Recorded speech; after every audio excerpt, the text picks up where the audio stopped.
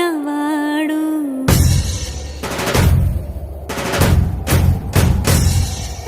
విడుముండోడు అని ఊరు వాడ అనుకున్న గాని మహారాజు నాకు నవాడు